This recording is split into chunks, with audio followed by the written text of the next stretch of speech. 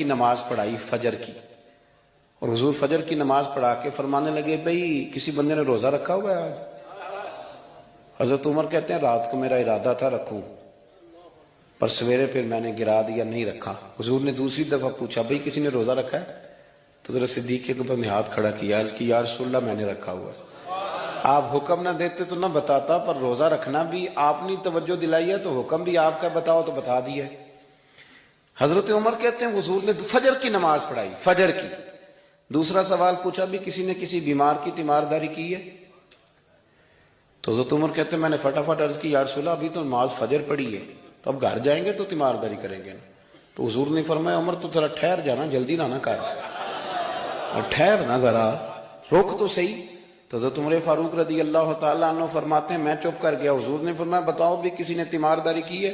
تو صدیق اکبر نے ہاتھ کھڑا کیا، عرض کی یا رسول اللہ عبد الرحمن بن عوف رضی اللہ تعالیٰ عنہ 2-3 دن سے نماز پڑھنے نہیں آ رہے تھے، رات میں نے پتہ کرایا تو پتہ چلا بیمار ہیں، اور حضور مجھے یہ بھی پتہ ہے وہ میرا یار ہے، مجھے پتہ ہے رات کو جلدی سوچا پر تہجد میں ضرور اٹھتا ہے، تو حضور میں بھی ذرا فجر کا وقت جلدی اٹھا ہوں تو فجر میں آنے سے پہلے عبد الرحمن ابن عوف کی تیمارداری کر کے آیا ہوں۔ حضرت عمر کہتے ہیں میں نہ ہلکا ہلکا ڈھیلا پڑ گیا۔ حضور نے تیسرا سوال پوچھا، فرمایا کسی نے کسی مسکین کو کھانا کھلایا؟ کھانا کھلایا ہے کسی مسکین کو؟ حضرت سیدنا عمر فاروق کہتے ہیں میں نے پھر عرض کی، میں نے کہا یا رسول اللہ ابھی تو فجر پڑی ہے، گھر جائیں گے کوئی چیز لیں گے تو کھانا کھلائیں گے۔ تو حضور پھر مسکرائے، فرمایا عمر تو ذرا ٹھہر نہیں جاتا، ذرا ٹھہرنا، ذرا نظارہ تو کرنا، گویا یہ شان صدیق اکبر کا جلسہ ہو رہا ہے، ٹھہرنا۔ حضور نے پھر پوچھا بھی کسی نے کسی مسکین کو کھانا کھلایا ہے؟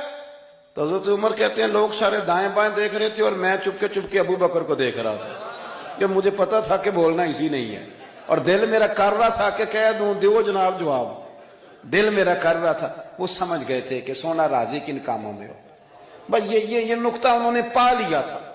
حضور نے فرمایا بتاؤ کسی مسکین کو روٹی کھلائی ہے؟ تو جناب سیدنا صدیق اکبر نے ہاتھ کھڑا کیا، عرض کی یا رسول اللہ سویرے اٹھا ہوں تو چھوٹا بیٹا بھی اٹھ گیا تھا، اور میرے وضو کرتے سنت پڑھتے ماں سے کہنے لگا بھوک لگ رہی ہے، تو ماں نے 2 روٹیاں بھی پکا دی، تو حضور ایک اس نے کھائی دوسری اس کے ہاتھ میں تھی۔ جب ہم نکلے ہیں نا گھر سے تو دروازے پہ ایک فقیر کھڑا تھا، مسکین کھڑا تھا، کہہ رہا تھا رات سے بھوکا ہوں، کوئی دروازہ کھلنے کا انتظار کر رہا تھا، ابو بکر سب سے پہلے تیرا ہی کھلا ہے۔ تو حضور میں اس مسکین کو ایک روٹی کھلا کے آیا ہوں۔ حضرت عمر فاروق کہتے ہیں میں نے گردن جھکا لی، اور میرے رسول کریم نے فرمایا اے اللہ میرے ابو بکر پہ رحم فرما، اللہ میرے ابو بکر۔ وہ سمجھ گئے تھے، مزاج شناست سمجھ آ گئی تھی کہ حضور کن باتوں میں، اور اپنے اوپر وہ سارا کچھ طاری کر لیا تھا انہوں نے، طاری، ان کی ادائیں بالکل ڈھل گئی تھی نبی پاک کی اداؤں۔ 3 دن وہ غار ثور میں رہے تو ہمارے صوفیاء فرماتے ہیں کہ ان پر تجلیاں بھی پڑی محبوب کی معرفت کی۔ جب مدینے آئے نا نبی کریم کو لے کے، تو کچھ لوگوں نے حضور کی زیارت کی تھی، کچھ نے نہیں کی تھی، تو کچھ آتے تو نبی پاک کی دستبوسی کر کے بیٹھ جاتے، حضرت ابو بکر سے ہاتھ نہ ملاتے، اور کچھ صرف حضرت ابو بکر سے ہاتھ ملاتے اور حضور سے ہاتھ ہی نہ ملاتے۔ میری بات پہ توجہ ہے آپ حضرات کی؟ تو کچھ لوگوں کو شبہ ہونے لگا، وہ معاذ اللہ سمجھنے لگے کہ شاید یہی اللہ کے رسول ہے۔ حضرت صدیق اکبر یہ کیوں شبہ ہوا؟ تو ہمارے محدثین فرماتے ہیں کہ ابو بکر صدیق بولتے بھی اس طرح تھے جو میرے نبی پاک کا طریقہ، بیٹھتے بھی اس طرح تھے جو رسول پاک کا طریقہ۔ کہتے ہیں انہوں نے امامہ باندھا ہوا تھا تو جو امامے کا پیچ حضور کا ڈھیلا رہ گیا تھا ان کا بھی ڈھیلا رہ گیا تھا، اس طرح اپنے آپ کو مزاج میں ڈھالا تھا، تو من شدی من تو شدم، میں اس طرح ڈھالا تھا مزاج میں، اس طرح کے کوئی فرق ہی نہیں نظر آتا تھا۔ وہ کہتے ہیں جب حضرت ابو بکر صدیق نے دیکھا کہ لوگوں کو تو شک ہو رہا ہے، کوئی میرے ساتھ ہاتھ ملا کے بیٹھ جاتے ہیں، تو حضرت صدیق اکبر نے کہا کوئی ایسا کام کرنا چاہیے کہ پتہ چلے آقا کون ہے غلام کون ہے۔